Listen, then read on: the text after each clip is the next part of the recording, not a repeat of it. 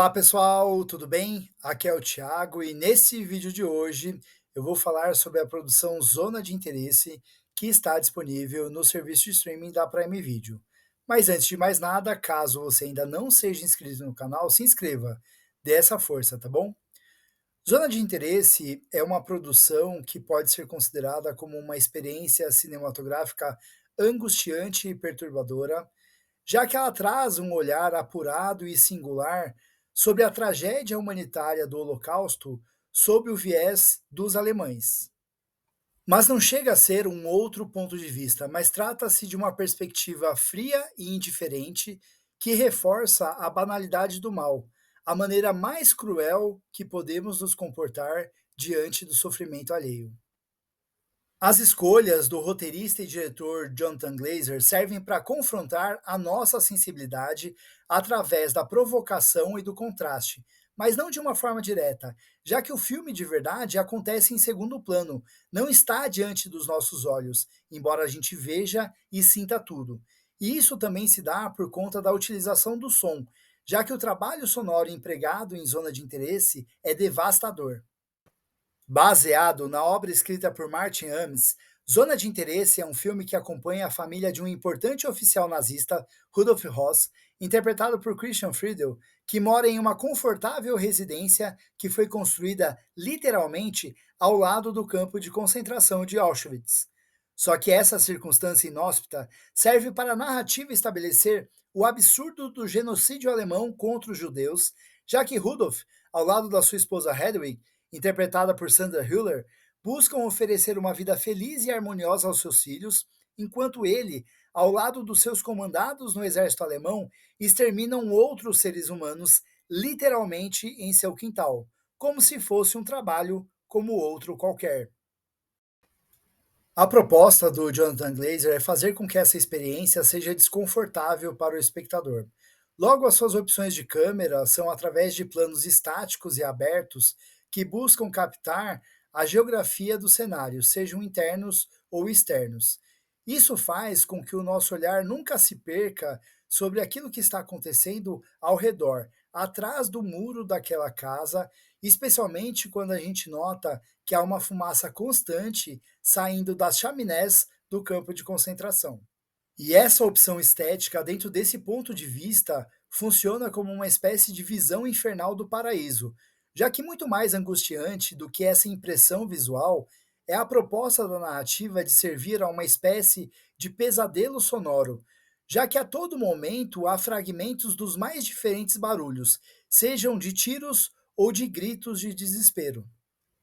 E essa provocação é essencial à proposta do Glazer, não apenas em termos técnicos, já que a faixa do som realmente está em um nível bem superior ao dos diálogos, mas é como se o filme funcionasse através de camadas, e uma dessas camadas é da própria sonoridade, a própria sonoridade do mal frente ao silêncio da indiferença. E talvez esse seja o contraste mais assustador de Zona de Interesse, já que os personagens alemães vistos no filme tratam todos os elementos que giram em torno do genocídio como algo trivial e banal. E o roteiro oferece essas pistas de maneira ora sutil, ora corriqueira, pois fazem parte da rotina daqueles personagens, como quando explicam o funcionamento das caldeiras do campo de concentração, tal qual a explicação de uma máquina qualquer dentro de uma fábrica, ou quando os filhos brincam com os fragmentos de dentes de ouro, ou até mesmo incorporam falas e expressões que estão ao fundo como parte de suas brincadeiras, normalmente associadas à violência ou ao exército. Ou ainda quando o próprio pai resolve usar o conto de fadas de João e Maria para fazer com que os seus filhos adormeçam, já criando uma falsa alusão de que figuras malignas merecem ser queimadas dentro de um forno. E a crueldade só se torna ainda maior quando você se dá conta que a Hedwig faz questão de distribuir camisolas de vítimas judias às suas empregadas, que também são judias, fazendo questão de ficar apenas com um suntuoso casaco de pele, como uma forma de ostentação. E este é apenas um dos detalhes sórdidos, muitas vezes presentes em diálogos aparentemente inofensivos, que reforçam alguns conceitos que podem soar repetitivos, mas que reforçam o peso da estupidez e da falta de sensibilidade. Outro detalhe horripilante da proposta do Glazer é mostrar que os serviçais daquela família também estão vivendo a sua versão do pesadelo, já que eles são os únicos que demonstram um mínimo de empatia sobre tudo aquilo que está acontecendo nos campos de concentração. Ao mesmo tempo, são eles que precisam limpar as botas sujas de sangue e cuidar dos filhos justamente dos seus algozes, ouvindo as maiores atrocidades sem ter a menor condição de contestar. É como se eles vivessem em um estado catatônico para sobreviverem o máximo de tempo possível. Em contrapartida, a narrativa dá espaço para mostrar que os alemães podem ser carinhosos e fazer juras de amor para cavalos ou até mesmo para um cachorro que encontrou na rua, ao mesmo tempo que eles são perversos e animalescos dentro e fora do campo de concentração.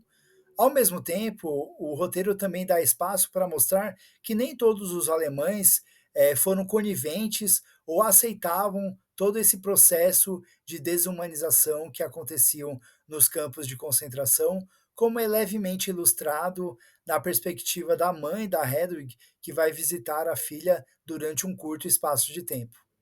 Outro aspecto interessante nessa proposta do Jonathan Glazer é ilustrar, através do Jardim da Família, um terreno muito fértil, capaz de conservar flores e frutas, numa clara e evidente relação de que tudo o que se planta naquela terra dá vida. Ao mesmo tempo, do outro lado do muro, um dos maiores crimes contra a humanidade está sendo praticado. É vida e morte, literalmente, a um muro de distância. Há um simbolismo bem importante na relação que Rudolf tem com a sua casa, já que, embora seja muito protegida, ele faz questão de trancar e apagar a luz de todos os seus aposentos a cada noite, como se a sua família estivesse dentro de um bunker. É tudo uma questão de protocolo, proteção e segurança. Esse momento cria uma rima assustadoramente cruel com as sequências que encerram Zona de Interesse, o que torna a experiência historicamente sufocante.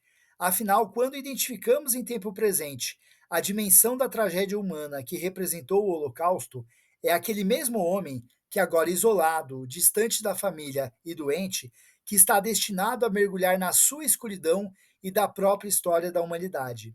E por uma questão de justiça e humanidade, jamais devemos tolerar ou nos esquecer.